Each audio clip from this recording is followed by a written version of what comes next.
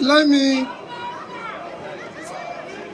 respectfully, please, we are short of time, please. Please let me respectfully stand on all new and existing protocols, but not without recognizing our national chairman and our own leader, distinguished Senator David Mark, our Secretary Obeni, thank you for that wonderful speech, and our leader, the former Vice President Atiku. Let me recognize all other protocols. Mine is simple because we are told we have only 2 minutes, and I believe that our leaders have spoken very well. That all we need to do now is to come and say we adopt what they've spoken, but at times when you hear that things are bad, you need to imagine it when it is in figures. So it is important. Mine is that to thank all our leaders and all of us that are here.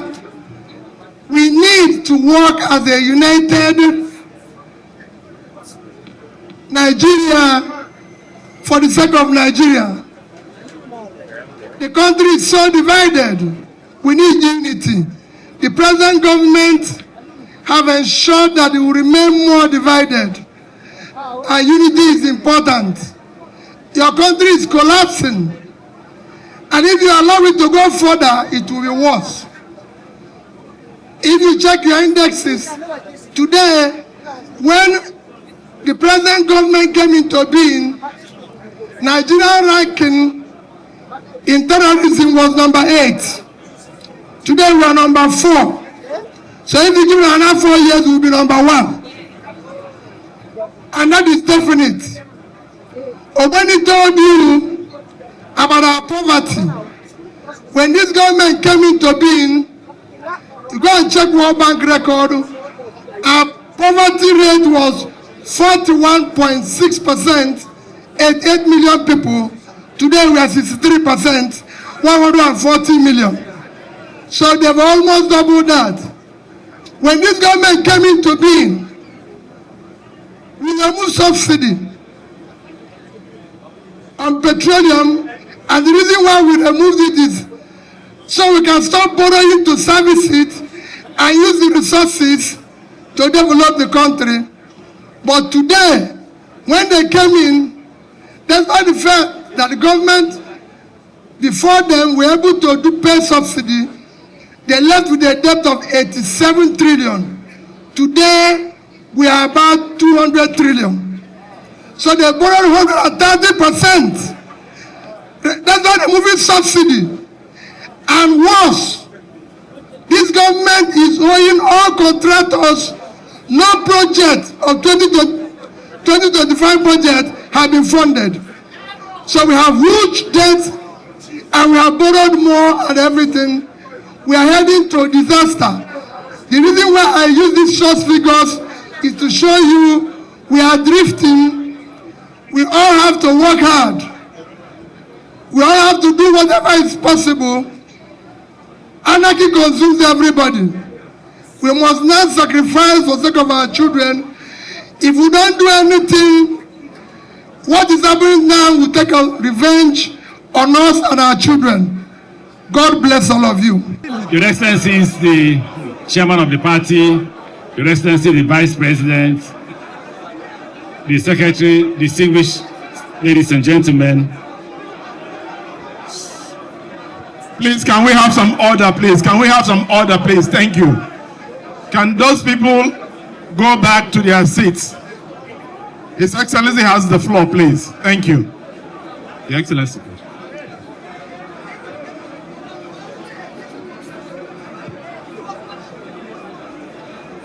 Your Excellency and distinguished ladies and gentlemen, if you watch when my name was mentioned, it was difficult for me to come up to speak. The reason why it was difficult is that what do you say to these men? Men who have no shame. What do you say to the president? What do you say to his officers? They have no shame. Why would the government official try to deny you your right to gather when the constitution says you can gather? So what do you say to them? What do you say to a man who said he fought on the side of Nadeko? What is Nadeko? It means that it was an attempt to punish Nigerians, if that's what they stood for. So when you call me to speak, honestly, I don't know what to say to them because they have no shame. You call them thieves, they say we are thieves. They won't even deny that they are thieves. You call them land grabbers, they say yes, we grab land. So what are you going to tell them? Tell me what you tell them so I can tell them.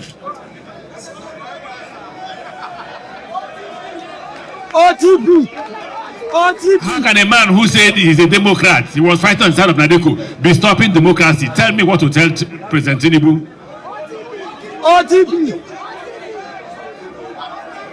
If you accuse me of what I did not do, I will go to any length to defend myself. These guys don't care. What they care about is money. Yes, it's true. That's all they care about.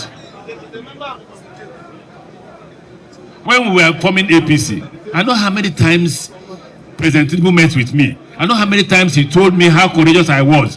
I know how many times he praised us for the space, the political space we had. Currently, the man doesn't care. They are using the institutions of government against the people of Nigeria. He doesn't care. So what kind of man is he? Okay, so let's even address the issues. Let's address the issues. In one of his statements, I don't know whether him or Ababio, he said, let the poor be allowed to breathe. Are the poor breathing? No. How do you introduce? I said 20% tax. He said, they corrected me, they said they are 30%. Company tax is now 30%. It means if you have 100 million in your account as a company, they will take 30 million. What are they doing with the money?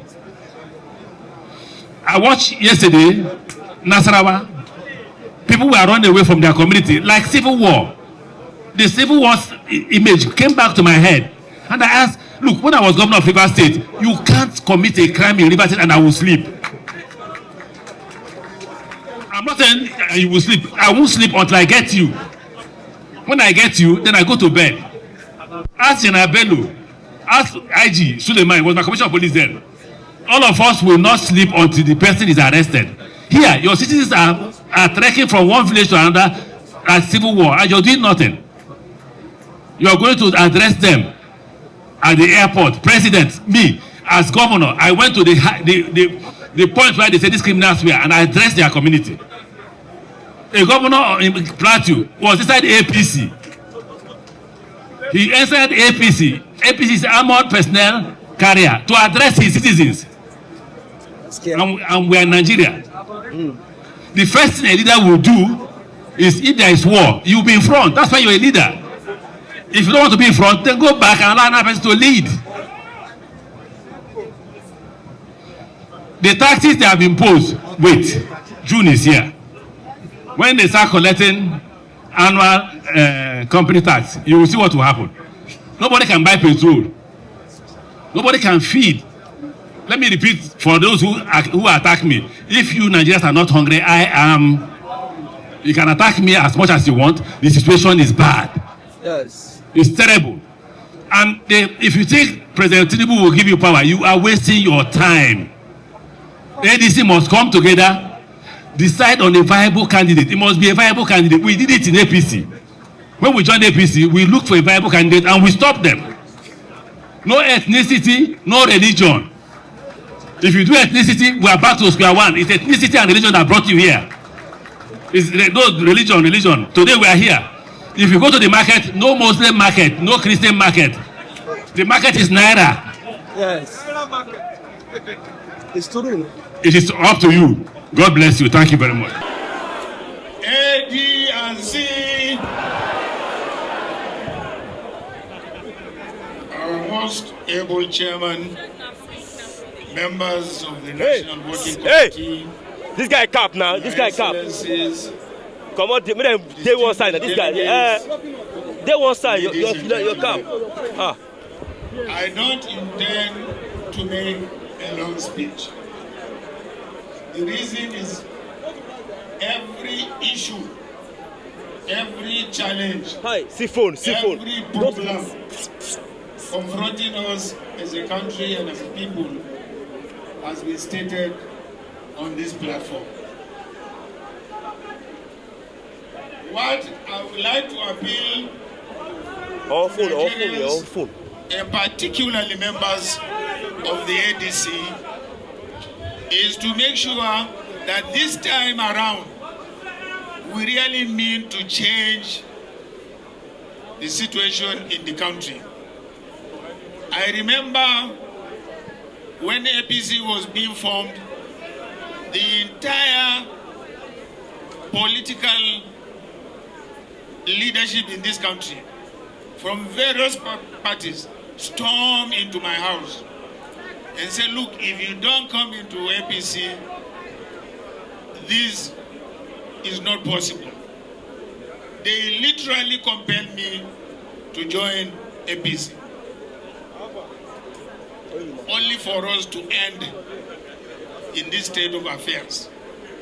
Our economy gone, our sovereignty gone, our security gone, our education gone, our infrastructure zero, healthcare gone.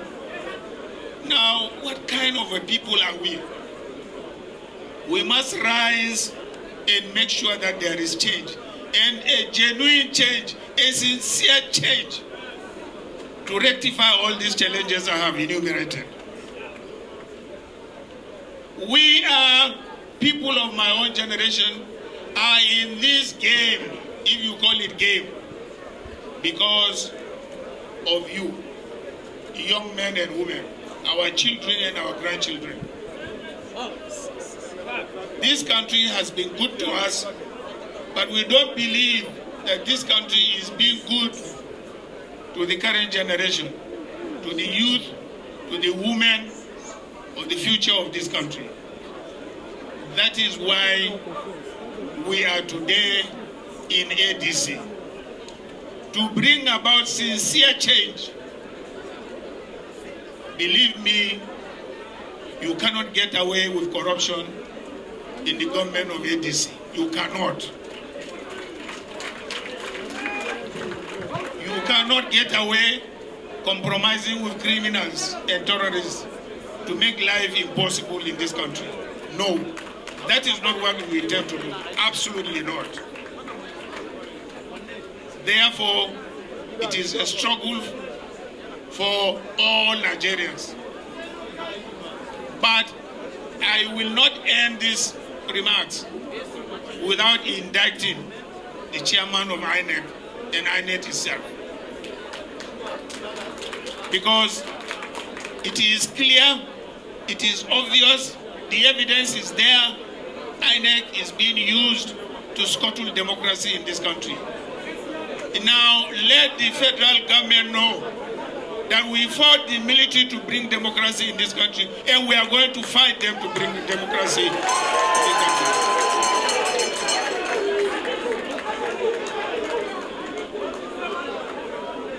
Let the chairman know we are not going to let him get away with his illegalities. We will not. And I hope we will have your support and cooperation to make sure we return to true democracy, to true development in all aspects of human endeavor.